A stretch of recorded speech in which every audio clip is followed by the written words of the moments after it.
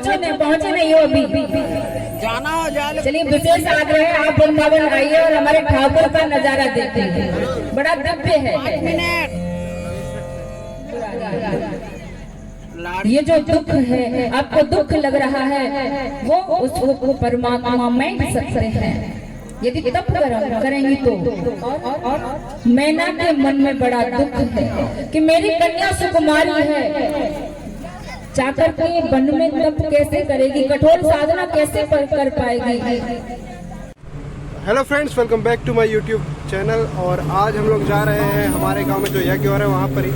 अभी हम लोग हैं कोठार के ओवर ब्रिज के पास में और मेरे सामने है टिंकू भैया, शिवम, अमन, अरुण भैया और चाचा भी है साथ में।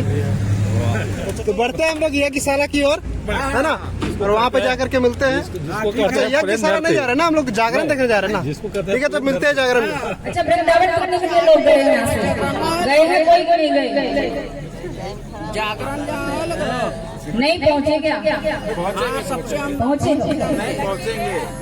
पहुँचोगे? अच्छा, चलो अच्छा, पहुँचे नहीं हो अभी जाना हो जाए। चलिए विशेष आग्रह है आप वृंदावन आइए और हमारे ठाकुर का नजारा देखते हैं, बड़ा दिव्य है। 5 मिनट।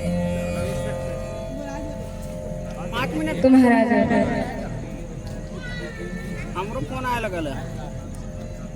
हिमाचल के यहाँ कन्या ने जन्म लिया है, गुण और दोष बखाने हैं नारद जी महाराज ने, और कह दिया कि महाराज जो तप करे तुम्हारी कुमारी, यदि तुम्हारी कुमारी तप करेगी तो भावे मैट सकै त्रिपुरारी। ये जो दुख है, आपको दुख लग रहा है, वो उसको परमात्मा में सकते हैं यदि तप करेंगी तो माँ सुन रही थी महाराज की तप करने के लिए बोल रहे हैं, बाबा की प्राप्ति के लिए तप करना है मुझे। माँ ने संकल्प ले लिया कि मैं तप करूंगी। और मैना के मन में बड़ा दुख है कि मेरी कन्या सुकुमारी है, जाकर के वन में तप कैसे करेगी, कठोर साधना कैसे कर पाएगी। इसका जो शरीर है बड़ा कोमल है। लेकिन महाराज माँ को समझाया है कि माँ मैं तप कर सकती हूँ, और स्वप्न का हाल बता रही हैं कि आज रात्रि में मैंने स्वप्न देखा और उसमें मेरे स्वप्न में विप्र आए हैं, गौर वर्ल्ड के विप्र आए और कह रहे हैं कि जाकर के तुम भगवान शिव की प्राप्ति के लिए तप करो। बड़न तो कि करो जाए तप शैल कुमारी, हे शैल कुमारी, हे पर्वतराज की कन्या जाकर के तप कीजिए। माँ को वृत्तांत सुना रही है स्वप्न का कि मेरे स्वप्न में गौर वर्ण के ब्राह्मण आए और कह रहे हैं कि जो नारद जी ने कहा है वो सत्य है, जाकर के तुम तप कीजिए। और कहते हैं कि तप बल शंभु करहि संहारा, भगवान तप के बल से ही इस सृष्टि का संहार करते हैं, और तप बल से धरई महिवारा, भगवान से इस धरती के भार को तप के आधार पर ही अपने शीश पर धारण किए हुए हैं।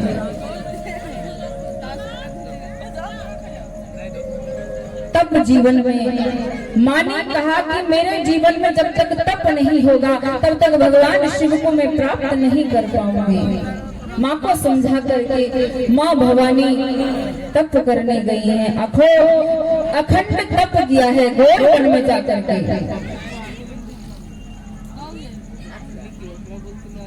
तारकासुर का महाराज प्राकट्य हुआ है। तारकासुर जिले में जन्म ले लिया है कि माँ तप कर रही है, भगवान शंकर समाधि में है। कहा कि इसका निवारण, इसकी मृत्यु के लिए क्या किया जाए, तो बताया कि इसकी जो मृत्यु है इसका संहार केवल शिव के पुत्र के द्वारा ही होगा। और पुत्र कहाँ से आए बाबा, तो समाधि में है। माँ सती ने शरीर का परित्याग कर दिया है। महाराज देवताओं ने कामदेव को कहा है कि जाकर के भगवान शिव की तपस्या को भंग करो। यदि तपस्या भंग करोगे तो माँ पार्वती के साथ विवाह कर लेंगे। लेकिन हुआ उल्टा ही। तब शिवती शरणैन उघारा, चित्तवत काम भयों जल छारा। कामदेव ने अपना प्रभाव दिखाया जा करके, लेकिन भगवान शिव का तीसरा नेत्र जैसे ही खुला, काम हमेशा ज्ञान से ही टकराता है। ये जो काम है हमेशा ज्ञान से ही जाकर के टकराता है। वैसे ही भगवान शिव के तीसरे नेत्र से जाकर के टकराया, वैसे ही प्रभु ने नेत्र को खोला तो कामदेव जल करके भस्म हो गया।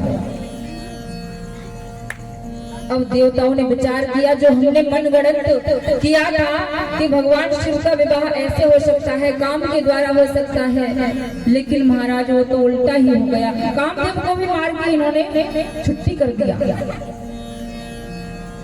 अब महाराज देवता विचार करने लगे, अब क्या किया जाए। अब तो एक ही कार्य है कि जाकर के प्रार्थना की जाए। सब देवताओं को साथ लेकर के, भगवान विष्णु को साथ लेकर के कैलाश पर्वत पर आकर के प्रभु की वंदना की है, प्रणाम किया है कि हे अरुणदानी, हे शिव, हे कैलाशपति, आप कैसे भी इस भव सागर के दुख से हमको निकालिए। ये तारकासुर हमको परेशान कर रहा है। भगवान राम ने कहा है कि शिव, मेरी एक विनती है आपसे, आप विवाह कीजिए। भगवान शिव बोले, आप विनती क्यों करते हैं, आदेश दीजिए। मैं आपकी विनती नहीं आदेश को मानूंगा। गाड़ी लेके चल गया तुम्हारा टिकट यही है। और महाराज अरे कहा है कि शिव काम के वश नहीं, शिव का राम के वश है। राम के वशीभूत होकर के विवाह करूंगा। महाराज सप्तऋषियों को पठाया है कि माँ उमा के मन में कितना प्रेम है मेरे प्रति।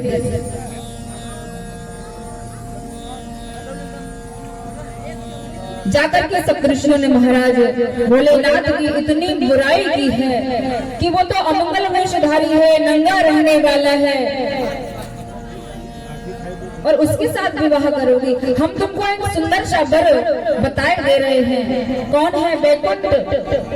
बैकुंठ के जो निवासी हैं श्री हरि विष्णु, बड़ा ही सुंदर गौर वर्ण है, तुम उनसे विवाह करो। लेकिन माँ का प्रण है कि बार बार यही कहने हमारे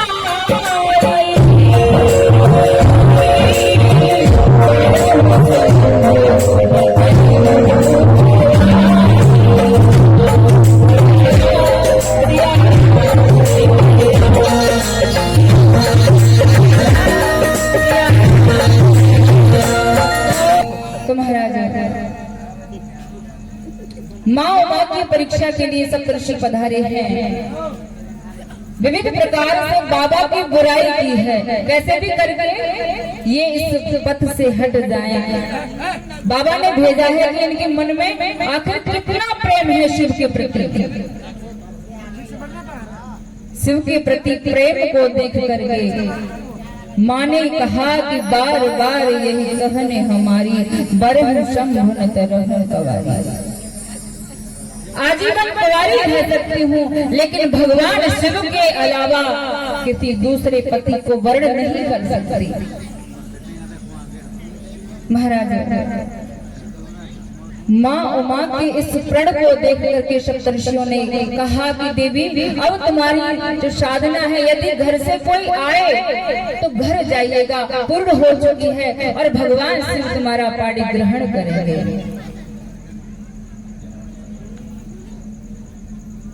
महाराज माँ उमा घर पधारी हैं और भगवान शिव के कैलाश पर बड़ा ही मनोरम वातावरण हो चुका है और बाबा विवाह के लिए अब तैयार हो चुके हैं। बाबा ने कह दिया कि हाँ हम विवाह अब करेंगे। तो देखिए भगवान विष्णु जो है और भगवान शिव के बीच कई रिश्ते हैं। भगवान विष्णु के शिव गुरु हैं और भगवान विष्णु के शिव गुरु हैं और शिव के भगवान विष्णु गुरु हैं। एक दूसरे में गुरु और शिष्य का नाता है। इधर से वे उनके गुरु हैं, इधर से वे उनके गुरु हैं और इधर से वे उनके बहनोई बनने जा रहे हैं। माँ लक्ष्मी पधारी है कहाँ? हिमाचल के यहाँ। और भगवान विष्णु कैलाश पर हैं।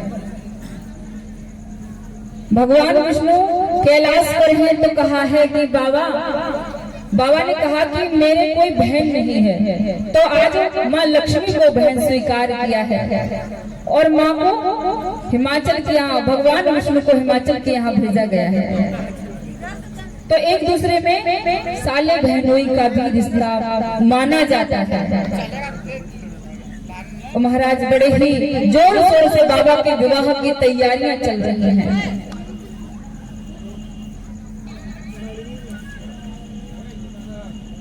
बड़े ही जोर शोर से कहा है कि बाबा को दुल्हा बनाया जाए। पहले लगन पत्रिका उनके द्वारा पहुंचाई है सप्तऋषियों के द्वारा। महाराज हिमाचल के यहाँ विवाह की तिथि निश्चित हुई है और कैलाश पर महाराज मंगल गान हो रहे हैं।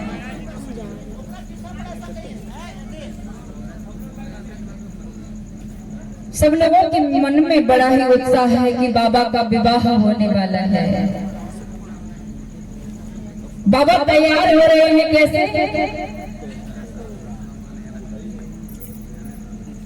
कैसे तैयार हो रहे हैं? सबने कहा कि ऐसा करो कि तुम ऐसा मंगल वेश धारण करके रहते हो, कम से कम विवाह करने जा रहे हो तो सज के तो जाओ।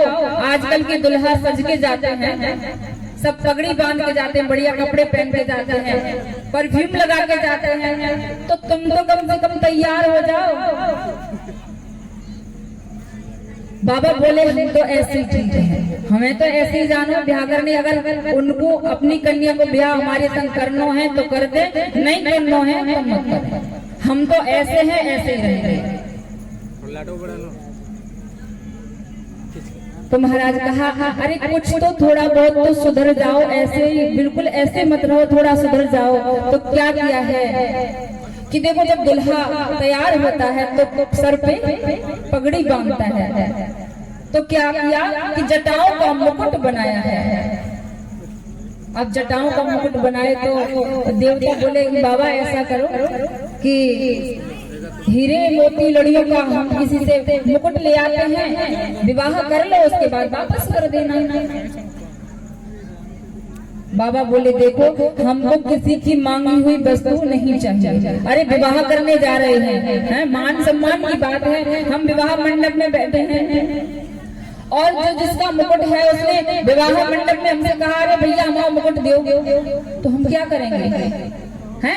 हमारा सम्मान वहाँ चला जाएगा। इसलिए हम जैसे हैं, जैसा हमारे पास है हम वैसा ही पहन के जाएंगे। अब बाबा महाराज तैयार हो रहे हैं, बड़ा ही सुंदर उनका श्रृंगार किया है। अब जैसे बाबा तैयार हुए तो देवताओं की जो मंडली थी बोले अब इनके साथ जाएंगे तो हमारी बेइज्जती होगी, क्योंकि हम सुंदर सुंदर बन के जा रहे हैं, बढ़िया बढ़िया कपड़े पहन के जा रहे हैं, लेकिन ये तो अमंगल वेश धारण करके जा रहे हैं। इनके साथ जाओगे तो अपनी बदनामी होगी, बेइज्जती होगी, इसलिए अलग होकर के जाइए। अलग टोली बनाई हमारा। गाना भी गाते हैं। अब देखा है बाबा ने कि हमारे संग तो कोई नहीं है, तो बाबा ने निमंत्रण भेजा है, नंदी के द्वारा निमंत्रण भेजा। कहाँ? कि भूतों के पास है, जो उनके गढ़ हैं उनके पास निमंत्रण भेजा है। और कैसे हैं? को मुखहीन विपुल मुख का हो। किसी के महाराज कोई तो मुख के बिना ही आ रहा है, केवल धड़ ही धड़ चल के आ रहा है। किसी के अनेक मुख हैं, किसी के अनेक हाथ हैं, किसी के हाथ ही नहीं है, किसी के पैर भी नहीं, हाथ भी नहीं, ऐसे ही लुढ़कता चला आ रहा है। ऐसी बारात है, विचित्र बारात है बाबा की। तो महाराज बारात को तैयार किए हैं बाबा। अब बोले अब बैठ के कहाँ जाएंगे, तो कहा कि नंदी तो है, नंदी पे बैठ के जाएंगे। अब बाबा नंदी पे विराजे हैं, और जैसे ही नंदी पे विराजे तो पीछे से जो भूत प्रेत की मंडली थी वो तो महाराज खुशी में झूम रही थी कि हमारे बाबा का विवाह है, बाबा का विवाह है। अब बाबा के विवाह में इतना शोर गुल कर रहे हैं, बाबा ने जैसे पीछे मुड़ के देखा तो सब लोग शांत हो गए। बाबा ने विचार किया कि यदि मैं आगे मुंह करके जाऊंगा तो ये लोग बहुत हल्ला करेंगे, इससे बढ़िया पीछे को मुंह करके बैठ गया। बाबा पीछे को मुंह करके बैठ गए। अब कोई ऐसी बारात देखी आपने कि दुल्हा पीछे को मुंह करके बैठा हुआ। अब बाबा पीछे को मुंह करके बैठे, महाराज बारात जा रही है बाबा की। वो जो डाकिनी साकिनी पिशाचिनी है, बड़ा ही सुंदर महाराज बड़े स्वर में गीत गान कर रही हैं, मंगल गान कर रही हैं बाबा की बारात में। हिमाचल के यहाँ बड़ा ही सुंदर व्यवस्था बनाई है उन्होंने बारात की अगवानी के लिए। और अगवानी में पहले कौन पहुंचा है कि देवताओं की जो मंडली थी वो पहुंची है। अब जैसे ही एक एक करके देवता प्रवेश करते हैं, अगवान जो है जैसे ही देखते हैं, अरे ये दुल्हा बड़ा सुंदर है, कितना सौंदर्यवान है दुल्हा। महाराज हिमाचल तो धन्य हो गए, किसी और को देख के बोल रहे हैं। अब महाराज बोला नहीं महाराज मैं दुल्हा नहीं हूँ, मैं मुझे क्षमा कीजिए, मैं दुल्हा तो पीछे आ रहे हैं। अरे तो वो उन्होंने विचार किया कि दुल्हा शायद इनसे भी सुंदर होगा। अब इनसे सुंदर होगा। अब धीरे धीरे करके इंद्र महाराज पधारे हैं। इंद्र महाराज को देखा, आप ही हैं दुल्हा। महाराज नहीं महाराज मैं नहीं, मैं नहीं दुल्हा, पीछे आ रहे हैं। भगवान विष्णु पधारे हैं। अब तो भगवान तो मन में इतना खुश है कि ऐसा सौंदर्य कभी पहले नहीं देखा। इतना सुंदर सौंदर्य है भगवान विष्णु का, देख करके चित्त गदगद हो गया। बोले इतना सुंदर दुल्हा, धन्य हो गए हिमाचल तो। अब जैसे ही पूछा आप ही दुल्हा महाराज हैं क्या? भगवान विष्णु ने कहा नहीं भैया, दुल्हा महाराज तुम्हारे पीछे आ रहे हैं। अब धीरे धीरे देवताओं की जो मंडली महाराज निकली है आगे। अब बारी आई है भोले बाबा की बारात की। और जब भोले बाबा की बारात की बारी आई है तो कैसा विचित्र माहौल है। सब अपने अपने सुर में गा रहे हैं। देख करके महाराज नगर के वासी हैं बड़े डर के मारे बच्चे भागने लगे। जो अगवान थे महाराज थाली आली छोड़ के वहीं घर को लिए महाराज पीछे भागे। बोले अब तो बचाने वाला कोई इस दुनिया में हमारा है ही नहीं। अब कोई पूछता है हुआ क्या, कि हुआ ऐसा कि कभी नहीं सुना था मैंने। आप सब लोग महाराज बड़े कह रहे हैं कि अब ऐसा क्या हुआ जो जाकर के देखा है कि बाबा की बारात बाबा पीछे मुंह करके बैठा है। बाबा की डाकनी पिशाचिनी बड़ा ही सुंदर महाराज अपने अपने मन में तो सुंदर ही गा रही है, हमारे लिए सुंदर नहीं, लेकिन वो अपने मन में सुंदर गीत गान कर रही हैं। बाबा से प्रार्थना की है कि अब इस जो नाटक कर रहे हैं आप इस लीला को कम से कम समाप्त कीजिए। ये सब लोग भयभीत हो रहे हैं। माँ मैना पधारी है अगवानी के लिए, तो महाराज हाथ में थाल लेकर के पधारी है। जैसे ही बाबा के विचित्र रूप को देखा डर के मारे भाग गई पीछे। कि अब मैं अपनी कन्या का विवाह उसके साथ नहीं कर सकती। तब से तो सुना ही था, लेकिन आज देख भी लिया। महाराज बड़े ही प्रार्थना की है बाबा से कि अब इस लीला को छोड़ दीजिए। अब बाबा बड़े ही सुंदर स्वरूप धारण कर लिए हैं, विवाह की तैयारी चल रही है। बाबा ने सुंदर स्वरूप धारण किया है और उस स्वरूप का वर्णन कैसे किया है, माताएं बड़े भाव के साथ मेरा साथ देंगी कि चंद मंद हुई गई गगनवा की, चंद मंद हुई गई गगनवा की, हो लगे हो लगे हो लगे सावल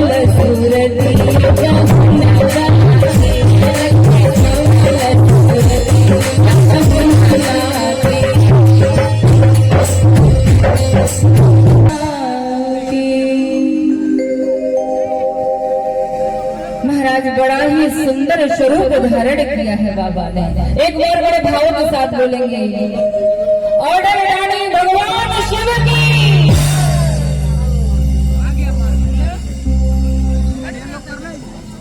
महाराज बड़ा ही सुंदर स्वरूप धारण किया है विवाह के लिए बाबा ने। आचार्यों ने विधिवत विवाह भगवान शिव का पूर्ण किया है। मुनि अनुशासन गणपति ही पूज हूँ शंभु भवानी। मुनियों के अनुशासन से भगवान शिव और माँ उमा ने गणपति का पूजन किया है। और महाराज विवाह की सब रीति विधिवत वेद की रीति के अनुसार पूर्ण हुई है। भगवान शिव माँ उमा को लेकर के कैलाश पर पधारे हैं और जब कैलाश पर पधारे हैं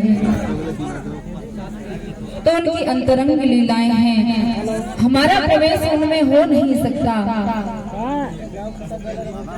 तो भगवान शिव के यहाँ कार्तिकेय जी का जन्म हुआ है, उससे तारकासुर का वध हुआ।